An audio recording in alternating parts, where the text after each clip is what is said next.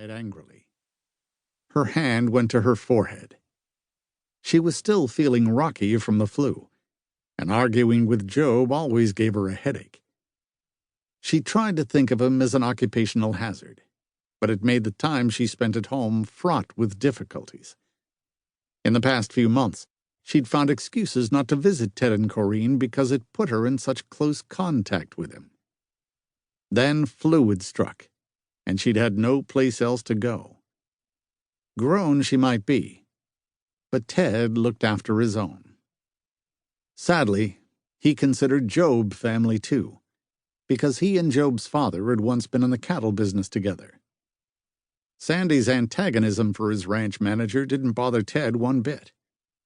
He knew that both of them were professional enough to overlook their small personality conflicts. From Sandy's point of view, that was going to take a lot of overlooking.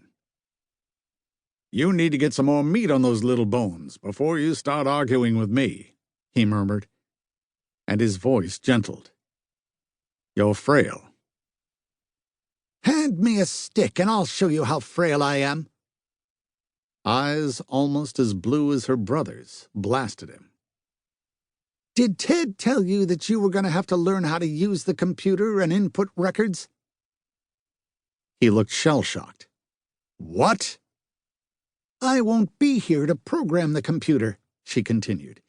"You'll have to learn how to use it so that you can input herd records and breeding records and any other little thing you want access to."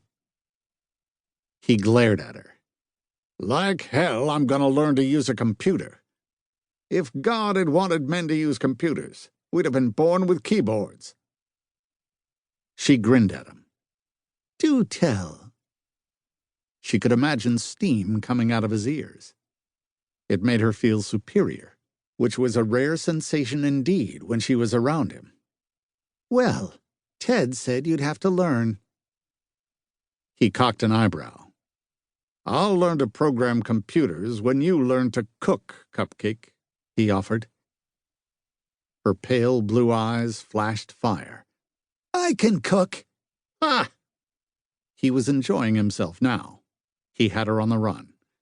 "I still remember the last time you helped us with a company barbecue," he recalled, tongue-in-cheek. "First time in my life I ever saw cattlemen eat fish. I fried that, if you recall." "The cowards," she remarked. "It was good barbecue. It had a crust. Good barbecue always has a crust."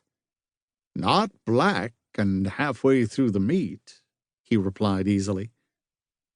"I can cook when I feel like it." She raised her voice. There was a muffled laugh from behind them. She turned in time to see her brother, Ted, come in from the backyard. His prematurely silver hair gleamed in the light. He glanced from Jobe's amused expression to his sister's outraged one, and sighed. "I fought in Vietnam," he recalled. "Amazing how much home reminds me of it lately." Sandy flushed, but her glittering eyes didn't yield an inch. "He says he wants to work at the ranch in Victoria, so he won't have to learn anything about computers," she snarled. Jobe didn't say a word, which somehow made it even worse. Ted glanced at her, and then back at his foreman. "We have to move into the 20th century," he told the other man. "God knows I resisted until the very last minute. But even the Ballingers yielded to the inevitable, and they did it some years ago."